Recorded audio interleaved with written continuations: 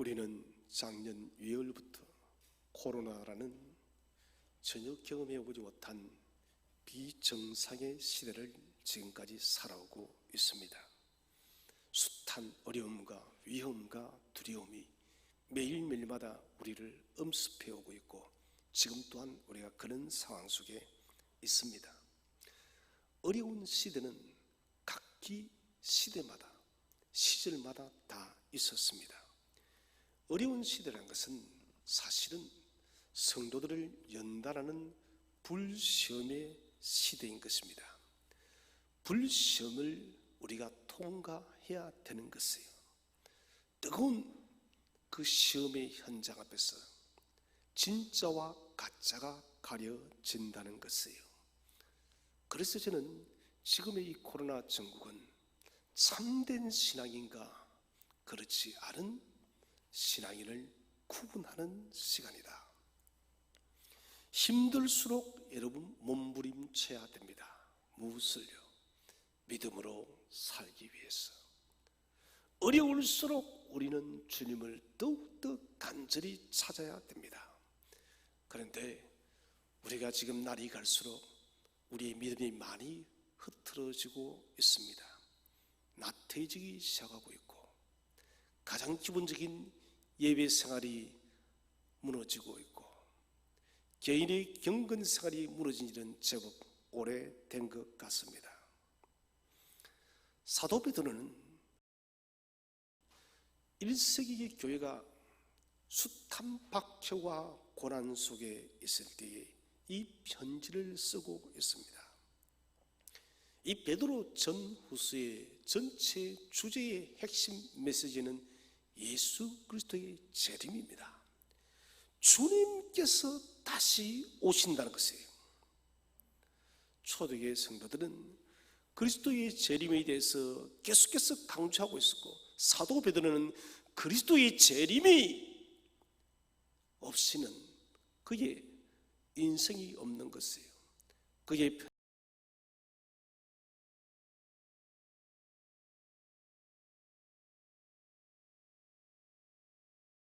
편지 베드로 전후서 전체도 그리스도의 재림에 대한 믿음으로 꽉 차 있습니다. 임박한 재림의 사상으로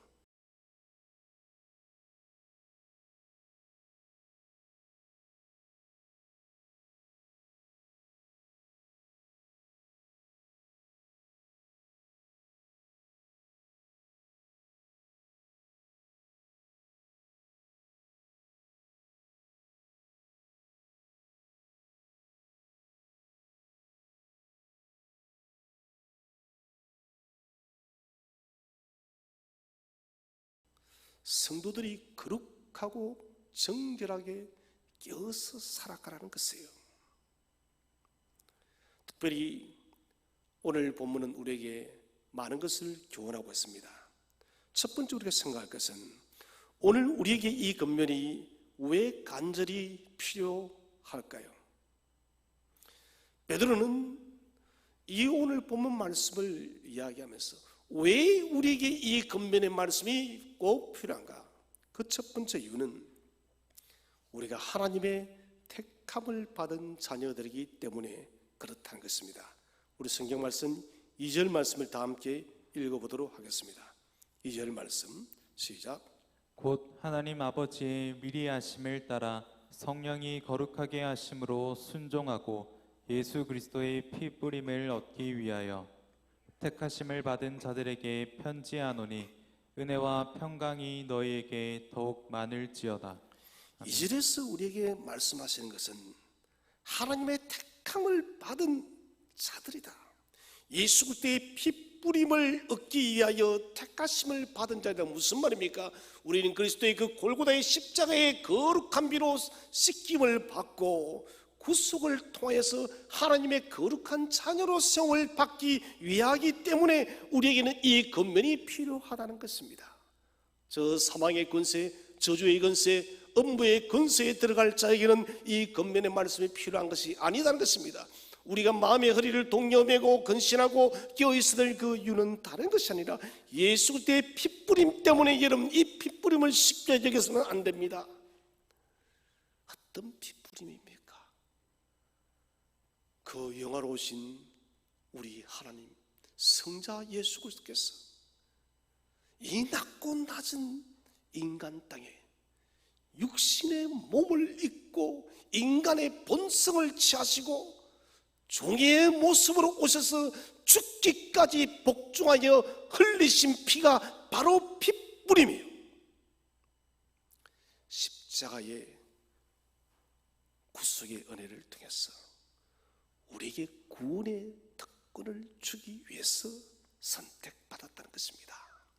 우리에게 구원을 주기 위해서 성자 예수 그리스도는 자신의 생명을 주었기 때문에 우리는 정신을 차려야 된다는 것입니다.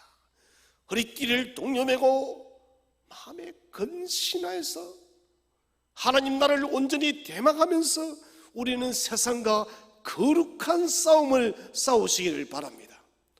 세상과 싸워야 됩니다.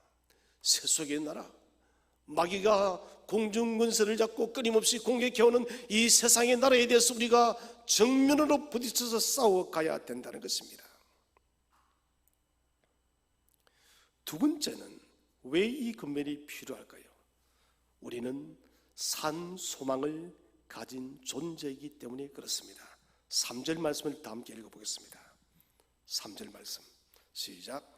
우리 주 예수 그리스도의 아버지 하나님을 찬송하리로다. 그의 많으신 긍휼대로 예수 그리스도를 죽은 자 가운데서 부활하게 하심으로 말미암아 우리를 거듭나게 하사 산 소망이 있게 하시며. 아멘. 중요한 말씀이 나옵니다. 우리를 거듭나게 하사 산 소망이 있게 하시며, 우리를 예수 그리스도의 십자가의 보혈의 피로 우리가 주님을 믿을 때에 거듭난 새 생명이 되어져서 하나님 나라의 위대한 새 소망을 주기 위해서 우리에게 너희는 마음의 허리를 동여매고 근신하고 깨어있으라는 것이에요. 우리가 이 나라를 유혹으로 받을 사람이 아니다면 우리는 근신할 필요도 없고 마음의 허리를 동여맬 필요도 없고 우리는 하나님 나라를 소망할 필요도 없습니다. 예수 그리스도의 그 위대한 보혈의 피,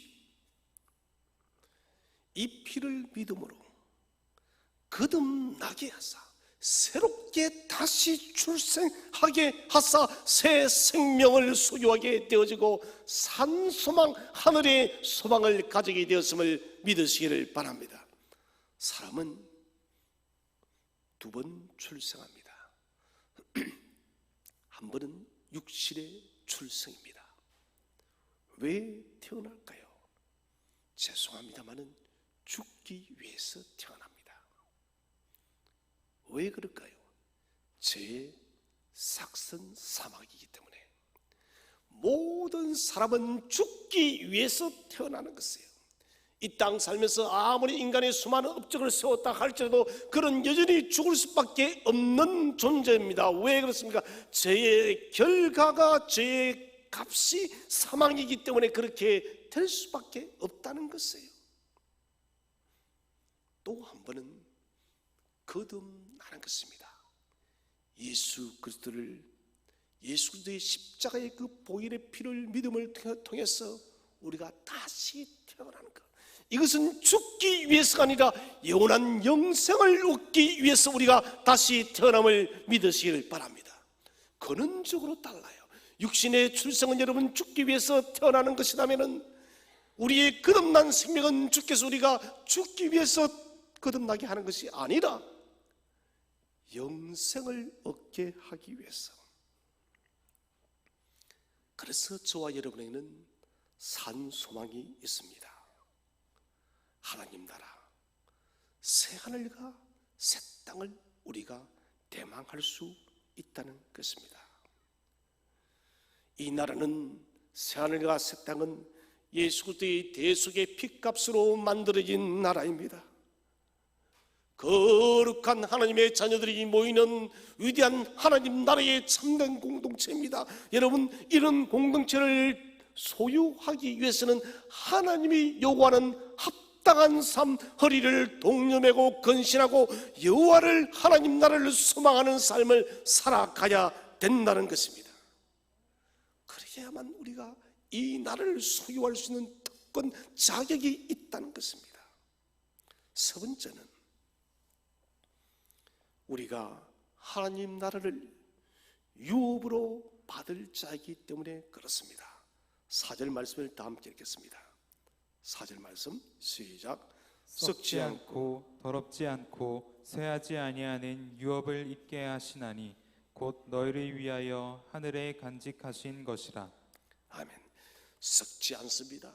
쇠하지 않습니다. 세상의 모든 것은 다 썩어집니다. 저와 여러분도 육체도 썩어지고 세상의 여러분 화려한 건물도 다 썩어지고 세상의 모든 가치도 다 썩어지고 쇠하여 지지만은 그러나 우리가 받게 되지는 예수 그리스도의 그 보혈의 공로로 받게 되지는 이 하나님 나라의 유업은 영원히 변치 않는 영원한 나라임을 확신하시길 바랍니다. 이것은 저와 여러분을 위해서 하늘에 간직한 것이라 했습니다. 얼마나 놀라운 것입니까? 영원한 나라를 우리에게 주시기 위해서 하나님은 새하늘과 새 땅을 만드시고 간직하고 계신다. 세상의 모든 것은 썩어지고 쇠하여 가지만은 하나님 나라는 영원합니다. 우리는 이 영원한 나라에서 구원의 멸류관을 받았을 것입니다. 생명의 멸류관을 받았을 것입니다. 위대한 승리의 멸류관을 받았을 것입니다. 그래서 우리는 하나님 나라를 소유한다는 것입니다. 예수 그리스도와 동일하게 우리는 유업을 유산으로 물려받는 하나님의 거룩한 자녀가 된다는 것입니다. 찰스 디킨즈의 아주 유명한 책이죠. 위대한 유산. 이 위대한 유산의 스토리는 이름 모를 사람이 주인공에게 막대한 유산을 물려주었습니다. 주인공은 하루아침에 엄청난 소유, 천문학적인 재산을 소유하게 됐습니다. 어린 나이에 모든 가치관을 바꾸어 버렸습니다. 전에는 가난할 때는 소박한 삶을 꿈꿨습니다. 그의 마음은 순수했고 깨끗했습니다. 그런데 엄청난 재산을 받고 난 뒤부터 그의 마음과 생각은 돈과 함께 점점점 변질되어져 갔습니다. 방탕한 그의 생활은 그 큰 유산을 다 상실해버리고 빚더미에 앉게 되어집니다.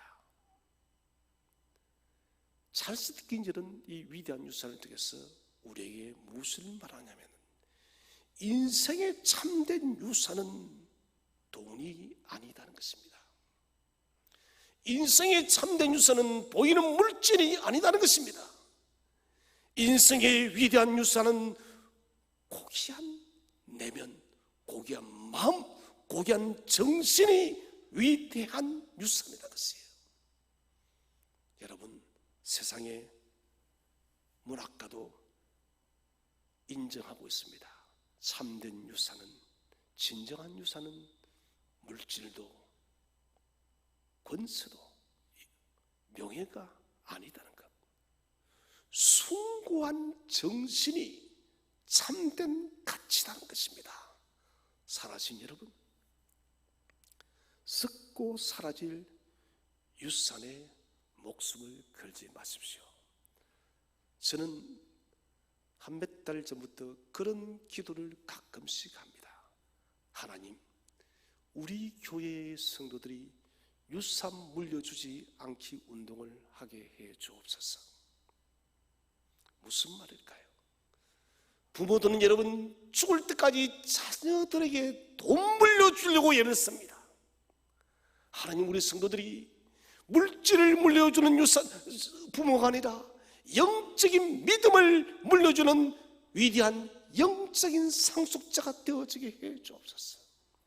우리가 소유한 물질은 주님 나라를 위해서 마음껏 충성 봉사하다가 쓰게 하여 주시고, 하나님 우리가 물려주지 못한 유산은 우리의 자녀들에게 더 큰 배로 채워 주시옵소서. 여러분, 내가 물려주는 유산보다 하나님이 채워주실 유산이 더 큼을 믿으시기를 바랍니다. 그래서 저는 그렇게 기도했습니다. 하나님, 내 유산 되지 얼마 되지 않는 것, 이것 주님 나라를 위해서 마음껏 충성하게 하게 하시고, 내 자녀에게는 위대한 믿음의 유산을 물려줘서 내가 주지 못한 물질의 유산보다 100배, 1000배, 만배를 마음껏 받아 누리는 우리의 자녀가 되어지게 해주세요. 여러분, 이런 운동이 일어났으면 좋겠다. 이런 삶을 누가 임종 직전에 있는 성도님이 유언을 했으면 좋겠다는 생각이 번쩍 들어졌습니다. 사랑하신 여러분, 썩고 사라질 유산이 아닌 하나님 나라의 가치를 바라보고 전진하시기를 바랍니다. 네 번째는 구원을 소유한 하나님의 자녀이기 때문에 그렇습니다. 5절 말씀을 다 함께 한번 읽어보겠습니다. 5절 시작. 너희는 말세에 나타내기로 예비하신 구원을 얻기 위하여 믿음으로 말미암아 하나님의 능력으로 보호하심을 받았느니라. 아멘. 오늘 본문에는 구원을 얻기 위하여 믿음으로 말미암아 하나님의 능력으로 보호하심을 받았느냐. 구원 때문에 하나님의 위대한 능력이 저와 여러분을 친히 지킨다는 것입니다. 하나님의 구원을 얻는 자녀로 우리가 선택되어졌다는 것입니다. 하나님의 자녀로 우리가 만세전에 선택되어졌기 때문에 하나님은 당신의 주도적 능력으로 저와 여러분을 저 천국으로 인도하기까지 우리를 능히 붙들어 줄 줄로 믿으시기를 바랍니다.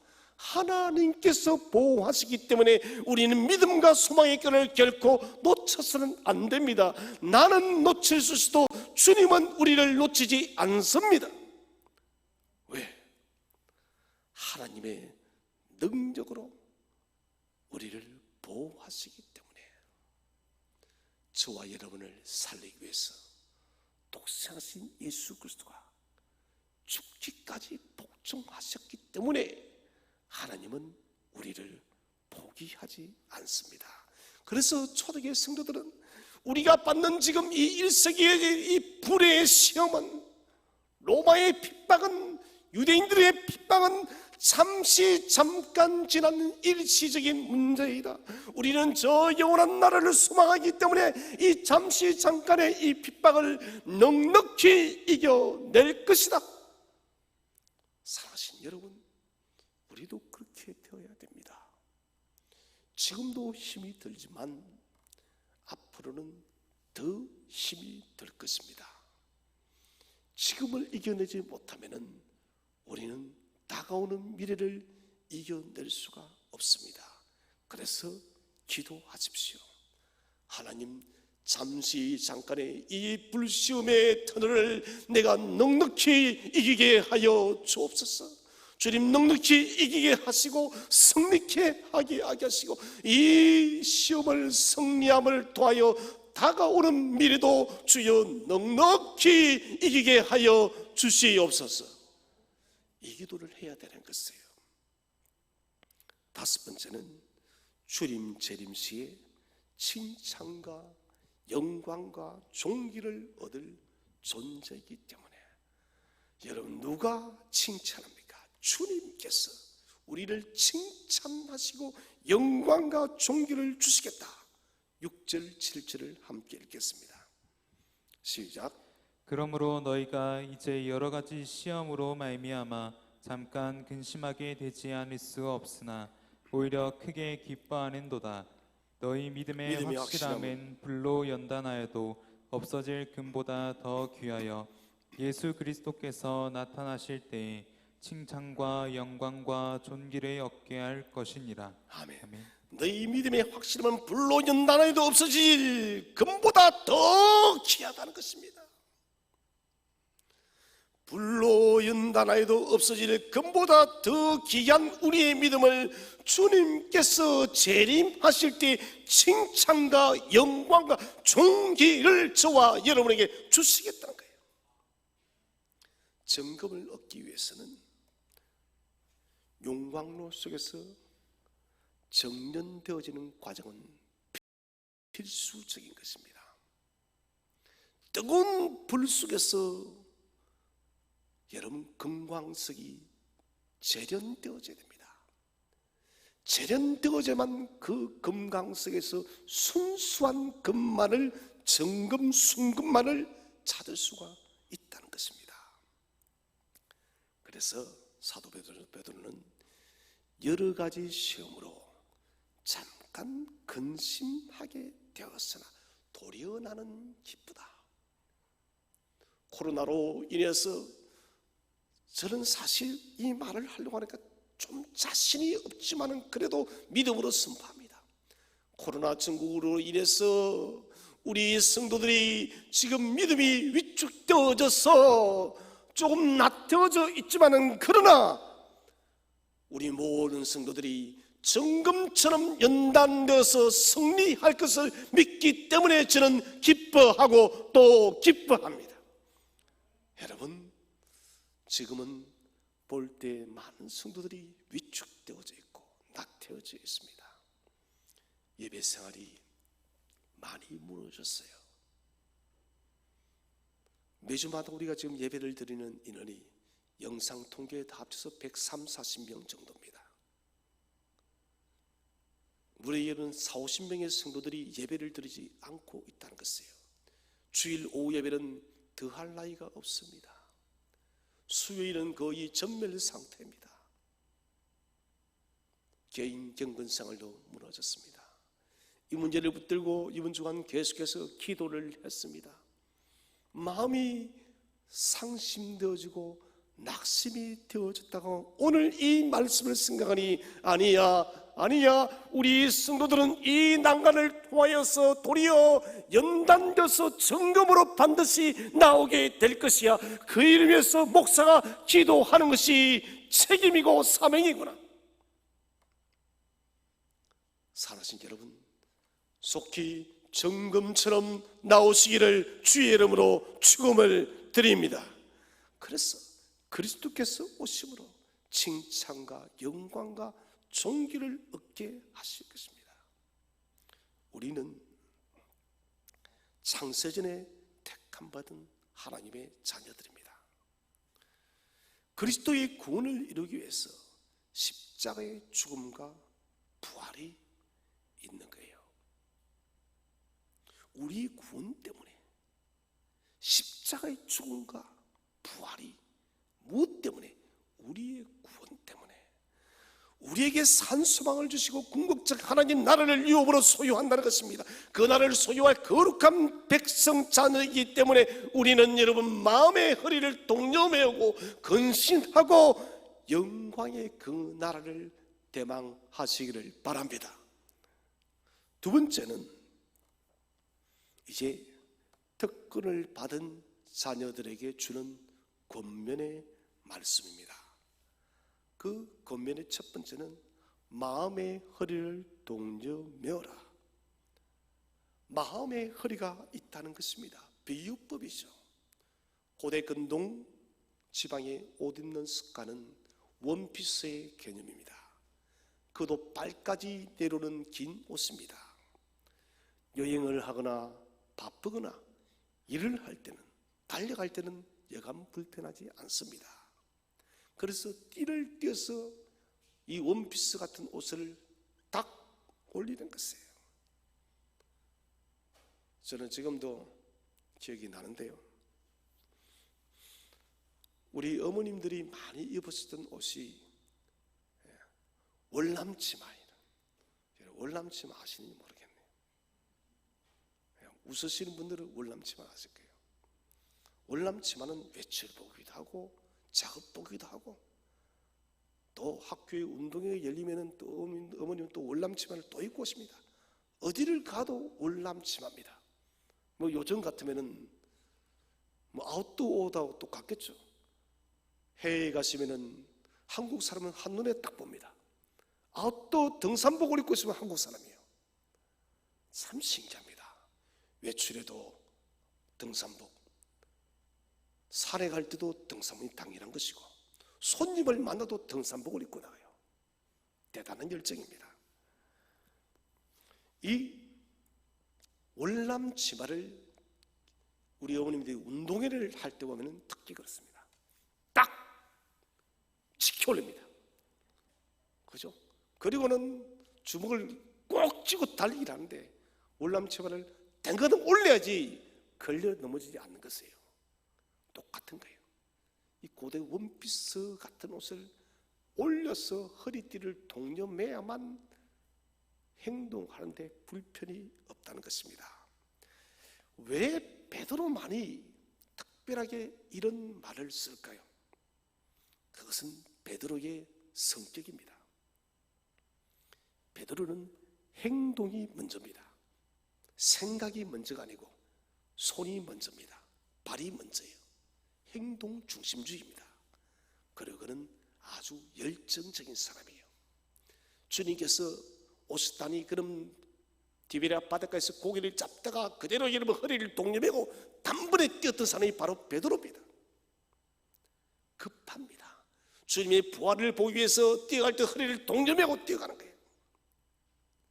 주님께서 베드로에게 뭐랍니까? 베드로야, 네가 젊어서는 네 마음대로 띠를 띠고 다녔지만은 이제 후로부터는 주 예수 그리스도의 말씀의 띠를 띠고 말씀 따라 살아가게 될 것이다.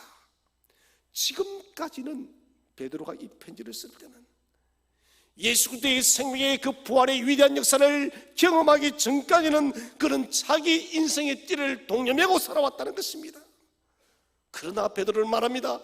이제 내가 생명의 주 예수 그리스도의 십자가의 죽음과 부활을 통해서 나는 더 이상 나의 인생의 띠를 동여매지 않겠다. 그리스도의 띠를 동여매겠다. 마음의 허리띠를 동여맨다는 것은 예수님의 뜻을 따라 살기 위해서 내 마음을 바짝 긴장시킨다는 것입니다. 실제로 베드로는 이렇게 마음의 허리를 동여매고 성령 강림 후에 성령으로 충만하여 주의 복음을 전하고, 그리고는 십자가의 거꾸로 매달려서 순교를 하게 되어집니다. 사랑하신 여러분,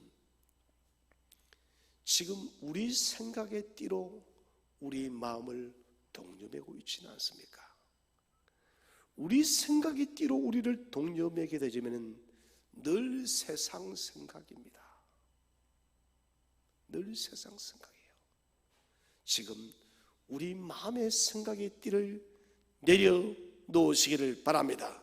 주님의 띠로 우리가 우리의 마음을 동여매야 되는데, 주님의 띠로 우리를 마음을 동여매야만 우리가 주님 보시기에 합한 사람이 될 수가 있다는 것입니다. 그러면 여기서 우리가 생각할 것은 마음의 허리를 동인다는 의미, 뜻이 무엇일까요? 마음의 허리를 동이고, 이 의미의 첫 번째는 깨어 있으라. 깨어 있으라. 영적인 눈을 크게 뜨라는 것입니다. 졸리는 눈으로 세상을 배회하지 말라는 것입니다. 여러분, 졸리는 눈으로 세상을 배회하면 마귀에게 삼킴을 받을 수밖에 없는 것입니다. 잠자지 말고 하나님의 뜻을 찾고 하나님 나라의 일을 위해서 자신을 드리라는 것이에요. 마귀는 우는 사자처럼 두루 다니면서 삼킬 자를 찾습니다. 설교 때마다 그런 기도를 합니다. 하나님, 주께서 말씀을 전해 주십시오. 주께서 선포하셔서 이 말씀을 통하여 주의 자녀들의 마음에 그러니 근원적으로 말씀으로 변화받게 하여 주시옵소서. 오늘 저는 마음이 더욱더 불탑니다. 여러분, 깨어 있으시기를 바랍니다. 잠자면 안 됩니다. 여러분 정말 바뀌어야 됩니다. 잠자면 죽는 것이에요. 깨어 있어야 된다는 것입니다. 저는 오늘 목사의 심경으로 간절히 외칩니다. 여러분 깨어 있으시기를 바랍니다. 깨어 있어야만 우리는 살아날 수 있다는 것이에요. 배회하지 마세요. 눈을 크게 떼야 됩니다. 두 번째는 주님의 일에 열심을 다하라는 것입니다. 일하러 가는 사람이 그 원피스 옷을 소매자락을 올리고 겉옷을 조여매듯이 최상의 노력을 하기 위해서, 전력을 다하기 위해서 모든 면에서 준비를 단단히 하라는 것입니다. 주님의 나를 숨기는 데 있어서 걸림돌이 되어지는 모든 것들을 여러분 하나하나 잘라내라는 것이에요. 내가 주 예수를 더 깊이 만나고 더 깊이 섬겨나가는 데 있어서 잘못 떠진 격가지들이 있다면 아프더라도 잘라내라는 것이에요. 주님의 일에 열정적인 성도가 되라는 것입니다. 주님의 일이라면 기쁨으로 달려가시기를 바랍니다. 주님의 일이라면 아멘으로 먼저 순종하시기를 바랍니다. 주님은 이런 성도를 찾고 있습니다. 나의 말에 아무런 반론 없이 아멘으로 순종하는 성도가 어디에 있는가? 그거 지금 찾고 있어요. 종은 주인의 명령에 순종하면 됩니다. 우리는 자녀인 동시에 하나님의 종입니다. 적어도 천국 가기 전까지는. 천국 가서는 우리는 더 이상 종이 아닙니다. 왜 우리는 종인가? 복음을 전해야 될, 주님의 교회를 섬겨야 되는 직분이 있기 때문에 우리가 종이면서 자녀인 거예요. 여러분 충성하시기를 바랍니다. 정말 충성하세요. 하나님 나라 가면은 상급이 각기 다 다릅니다. 뉴스를 보면은 부동산에 대한 뉴스가 참 많습니다. 어떤 사람이 몇백억짜리 건물을 샀어. 그곳이 호화주택이더라. 저는 그런 뉴스를 볼 때마다 이런 생각이 들어집니다. 세상의 집이 여러분 단칸방이 있고 넓은 아파트가 있고 어떤 사람처럼 몇백억, 천억이 넘는 호화 대저택을 거느린 사람이 있습니다. 저는 이런 것을 보면서 잘 알지는 못하겠지만 천국의 상급의 개념도 좀 이런 차별이 있지 않을까. 여러분 세상의 저택, 좋은 저택에 들어갈 때 얼마나 여러분 기쁜가요? 그러나 천국의 위대한 저택에 들어갈 때는 이 세상의 저택에 들어갈 때와 결코 비교할 수 없는 위대한 기쁨이 있음을 믿으시기를 바랍니다. 천국의 여러분 유업을 바라보면서 천국의 상급을 쌓아가야 된다는 것입니다. 저는 만약에 그런 상급적 개념이 있다면 분명히는 분류는 있습니다. 상급이 분류가 있어요. 단지 저는 그렇습니다. 세상의 집들을 보면서 하나님께서도 주실 상급도 이렇게 차이가 있겠구나. 저는 저와 여러분이 우리 성도교의 모든 교우들이 최고의 상급을 받으시기를 바랍니다.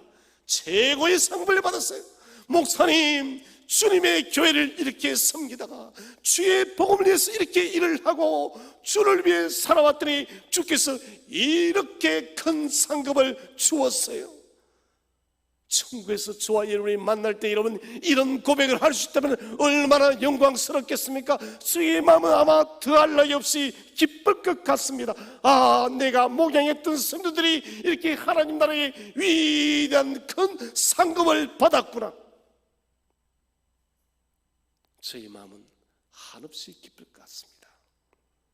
세 번째, 마음의 허리를 동인다는 것은 마음의 결단을 말합니다. 허리를 조여 매었다는 것은 그 일을 바로 행하겠다 결심한 것에 대해서 머뭇거리지 않겠다는 것입니다. 하나님 나라를 위해서 내가 살아가기로 결단했다면 여러분 머뭇거리지 마시고 뒤를 돌아보지 마십시오. 쟁기를 메어진 자가 여러분 뒤를 돌아봐서는 안 되는 것입니다. 주님께서 한 사람에게 너는 나를 따르라. 그럴 때 그 사람이 뭐라 합니까? 주님이여 내 아버지를 장사 지내고 따르면 되지 않겠습니까? 머뭇거리는 것입니다. 엘리야가 엘리사를 부릅니다. 박가는 엘리사를 부를 때 엘리사는 즉각적으로 쟁기를 내버려 두고 손을 잡고 제물을 드리고 엘리야를 따릅니다. 여러분 하나님 나라를 위해서 살아가기로 결단했습니까? 주님이 정말 저와 여러분의 최고의 위대한 봉화입니까? 천국이 가장 위대한 유업입니까? 그렇다면 이 위대한 나라를 위해서 살기 위해서 머뭇거리지 마시기를 바랍니다. 기회는 총알처럼 지나갑니다. 잡아야 됩니다. 지나간 기회를 다시 잡을 수는 없습니다. 목표를 분명하게 세우시고 과감하게 도전하십시오. 포기하지 마세요. 열정을 다하십시오. 결단하고 실행하십시오. 구체적인 목표에 간절함을 담아서 달려가시기를 바랍니다. 오늘 베드로는 자신의 경험을 지금 말합니다. 예수를 모를 때 자신의 허리를 동여매고 생각에 자신의 욕망의 허리띠를 졸라매고 다녔던 그때와 예수를 만나고 성령을 경험하고 난 뒤부터 그때 예수의 허리띠를 동여매고 난 뒤부터 그런 인생이 완전히 달라졌다는 것이에요. 그래서 베드로는 오늘 사는 우리에게 말합니다. 너희는 다가오는 그리스도의 재림의 그날을 사모하면서 마음의 허리띠를 동여매어라. 내가 경험해 보았더니 이 나라는 어떤 나라와 비교할 수 없더라. 이런 베드로의 이런 개인 경험적 간증인 것입니다. 내가 내 마음의 허리띠를 메고 살아갈 때와 예수 그리스도의 생명의 허리띠를 메고 살아갈 때는 이미 이것은 세상 가치관이 다르더라. 나는 나의 마음의 허리띠를 메고 살아갈 때는 진정한 인생의 가치가 무엇인지를 몰랐다. 그것이 전부인 줄 알았더니 아니더란 것입니다. 그것은 썩고 사여질 것이었지만 그러나 예수께서 주신 그 하나님 나라의 유업의 허리띠를 메었을 때는 기쁨과 삶의 이유와 목적이 완전히 달라졌다. 사랑하는 성도들아, 이 편지를 읽고 듣는 성도들아, 너희도 나처럼 마음의 허리를 동여매어라. 지금 우리에게 시기적절한 고민을 하고 있는 것입니다. 지금 넘어지면 일어서지 못해. 지금 마음의 허리를 동여매라는 것입니다. 두 번째의 권면은 근신하여야 한다는 것입니다. 이 근신하여야 되는 의미는 첫 번째는 모든 일에 절제하라는 말입니다. 자기 자신의 마음의 감정과 생각과 욕망과 욕심 모든 것들을 통제하는 거예요. 고린도서 9장 25절에 사도 바로 말합니다. 이기기를 다투는 자마다 모든 일에 절제하나니. 그래서 여러분, 근신은 절제예요. 절제하지 못하는 사람은 아무것도 할 수가 없습니다.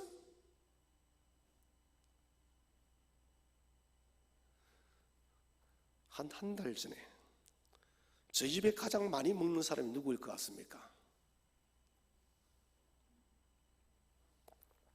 많은 사람이 저를 생각하고 있는데 저는 많이 먹지는 않아요.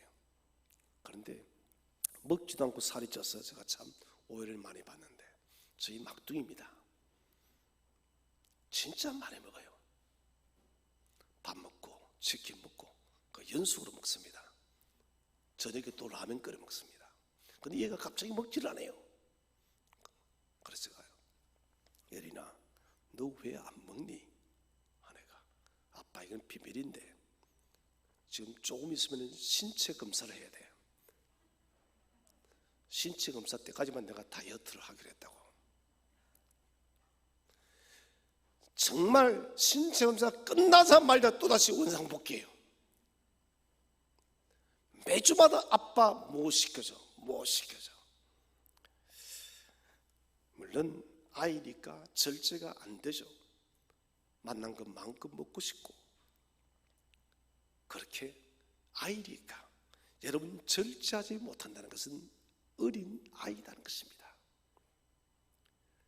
믿음의 성숙한 사람은 절제할 수 있는 사람이에요. 고린도는 2년마다 큰 운동 경기가 열렸습니다. 이를 위해서 10개월 동안 절제합니다. 마치 여러분 우리가 국가 대표 선수들이 태릉 선수촌에서 모여서 연습하듯이 그렇게 이러면 10개월을 집중적으로 자기를 완전히 통제하고 난 뒤에 그들은 경기에 임하는 것이에요.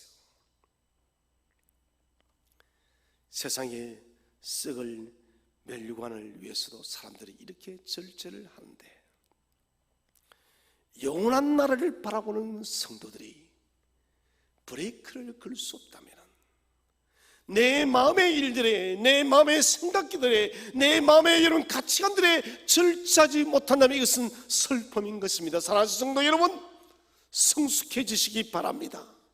세상의 생각에, 세상의 욕망에, 세상의 자아에 절제하시기를 바랍니다. 두 번째는 그리스도 중심의 길을 걸으라는 것입니다. 그리스도의 중심의 길이 무엇일까요? 그것은 마음의 무게추. 마음에도 무게추가 있습니다. 중심이라죠. 이 무게추를 그리스도께 두라는 것입니다. 무게추가 어디에 있느냐에 따라서 여러분 사람은 완전히 달라진다는 것입니다. 예수가 중심이 되지 않으면 반드시 세상으로 기웁니다. 여러분 시소의 원리가 똑같은 것이에요. 몸무게가 똑같지 않으면 무거운 아이 쪽으로 여러분 기울 수밖에 없는 것입니다. 우리의 무게추가 여러분 세상 쪽에 기울어져 있으면 우리는 당연히 세상으로 추락하는 것입니다. 그래서 우리는 매일마다 내 삶의 중심의 추가 어디에 있는지를 점검해야 된다는 것입니다. 세 번째 권면은 주님의 날을 온전히 소망하라는 것입니다. 자, 주님의 날을 소망한다는 이 메시지의 의미는 무엇일까요? 첫 번째는 완전한 구원을 이룬다는 것입니다. 1장 5절 말씀을 다 함께 읽어보겠습니다. 1장 5절 시작. 너희는 말세에 나타내기로 예비하신 구원을 얻기 위하여 믿음으로 말미암아 하나님의 능력으로 보호하심을 받았느니라. 아멘. 말세에 나타내기로 예비하신 구원을 얻기 위하여, 곧 예비하신 구원, 곧 부활체로 우리가 변화됨을 잊게 된다는 것입니다. 이 땅에는 이런 구원받은 영과 육체가 주님의 그날이 오게 되어지면 우리가 완전하게 거룩하게 신령한 몸으로 변화될 줄로 믿으시기를 바랍니다. 죽은 자가 부활합니다. 생각해 보세요. 부모님이 여러분 세상에 들어갈 때 얼마나 마음이 아팠습니까? 그 부모님이 여러분 믿음의 또 많은 친구들이, 이웃들이, 내가 사랑했던 사람들이 죽음에서 다시 부활합니다. 살아서 주님을 만나 배운다는, 살아서 몸이 변하는 것입니다. 여러분, 완전한 부활의 변화, 완전한 구원이 이루어진다는 것입니다. 예수님처럼 우리가 구원의 모습으로 변화된다는 것입니다. 그래서 완전한 구원을 이루기 때문에 우리는 주님의 날을 소망해야 됩니다. 지금은 얼마나 말이 우리가 불안합니까?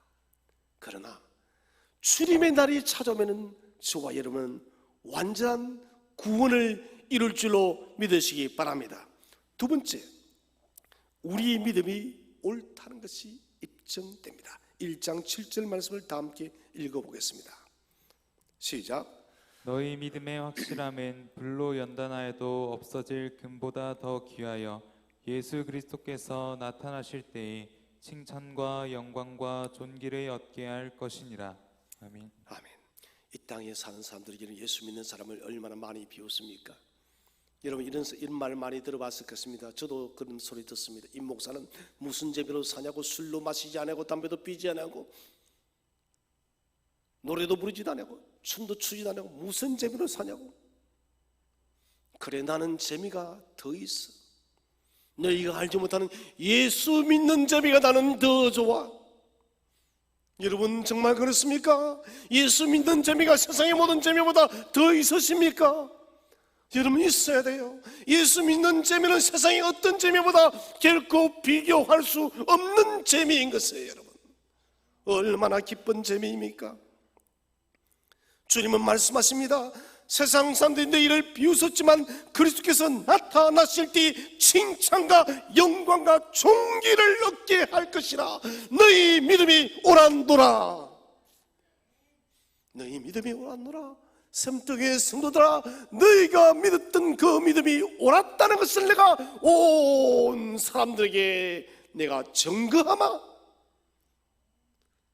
여러분 믿음 때문에 핍박받고 믿음 때문에 소외받고 믿음 때문에 이런 왕따 당한 적이 있습니까? 그러나 힘들어하지 마십시오. 주께서 나타나실 때 우리 믿음이 옳았음을 증명하실 것입니다. 심판주이신 예수께서 우리의 믿음이 옳았다고 주장하는 것입니다. 그리고는 칭찬과 영광과 존귀를 저 믿지 않은 사람들을 보는 데서 우리에게는 칭찬과 영광과 존귀를 주는 거예요. 코페르니쿠스가 지구가 형성주의, 태양주의를 도는 것을 알면서도 그는 입증을 못했습니다. 입증할 수 없기 때문에 지동설을 말할 수가 없습니다. 지구와 태양주의를 도는데 그때 그는 유명한 말을 하죠. 나는 지금 답을 못하지만 하나님은 선한 분이시기 때문에 때가 되면은 반드시 지구와 태양주의를 도는 것을 나타낼 것이다. 후일에 갈릴레이 갈릴레오가 망원경을 발견하지 않습니까? 이 전체 망원경을 통해서 지구가 달처럼 변하고 금성도 돌아가고 지구도 돌아간다는 것을 입증해낸 거예요. 비록 코페르니쿠스 때에는 입증하지 못했지만 갈릴레오 때는 입증했다는 것입니다. 지금 우리의 믿음이 옳다는 것이 세상 사람들은 인정해 주지 않지만은 주님 재림 때는 반드시 저 원수 사탄 마귀 앞과 그리고 믿지 않은 모든 세력들 앞에서 우리의 믿음이 옳았음이 증명되어질 것입니다. 반드시 증명되어집니다. 히브리서 11장에 아브라함은 돌아갈 고향이 있었지만은 돌아가지 않았다고 히브리서 기자는 기록하고 있습니다. 그리고는 이렇게 기술합니다. 믿음으로 더 나은 본향을 찾아 떠났다. 다시 갈대우르로 돌아가는 것이 아닙니다. 믿음으로 출발했기 때문에 가야 될 가나안 땅 더 나은 본향이 있기 때문에 지금 걷는 이 순례길을 포기하지 않았다는 것입니다. 모세는 장성하에서 바로의 공주의 아들이라 칭함받기를 거절했습니다. 그리스도를 위해서 받는 수모를 애굽의 모든 보화보다 더 소중히 여겼던 것은 믿음으로 상 주시는 예수 그리스도를 믿었기 때문입니다. 여러분, 우리 믿음의 선진들이 이미 입증했습니다. 우리가 예수 믿는 이것이 헛된 것이 아니다는 것입니다. 가장 참되고 가장 가치 있는 것이란 거예요. 세 번째는 완전한 영광을 받아 누린다는 것입니다. 1장 11절을 다 함께 읽어보겠습니다. 시작. 자기 속에 계신 그리스도의 영이 그 받으실 고난과 후에 받으실 영광을 미리 증언하여 누구를 또는 어떠한 때를 지시하시는지 상고하니라. 아멘.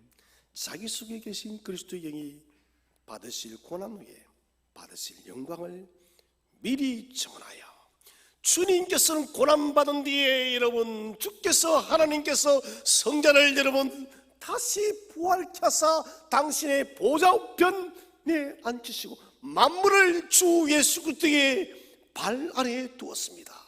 멸시와 천대와 조롱과 그 비칠한 그 고난의 길을 걷고 난 뒤에 우리 성부께서 성자를 영광스럽게 올려주었듯이 저와 여러분도 그렇게 올려줄 줄로 믿으시기를 바랍니다. 이 은혜 우리가 받는다는 것입니다. 주님께서 이미 미리 입증했습니다. 우리가 믿음으로 살면서 고난받고 수치받을 때도 있고 사람들이 외면받을 때도 있지만, 그러나 성도들이여 낙심하지 말아라. 우리 주님도 그렇게 사시다가 멸시 천대의 죽음을 당하시고 난 뒤 성부께서 가장 존귀하고 영광스럽게 높였으니 너희도 힘을 내라. 세계적인 CEO였던 잭 윌치는 자기 회사를 경영하면서 이렇게 말을 합니다. 변화를 강요받기 전에 먼저 변화하라. 변화를 강요받기 전에 먼저 변화하라. 무슨 말입니까? 시대를 통찰하고 시대보다 앞서가라는 것이에요. 통찰하라는 것이에요.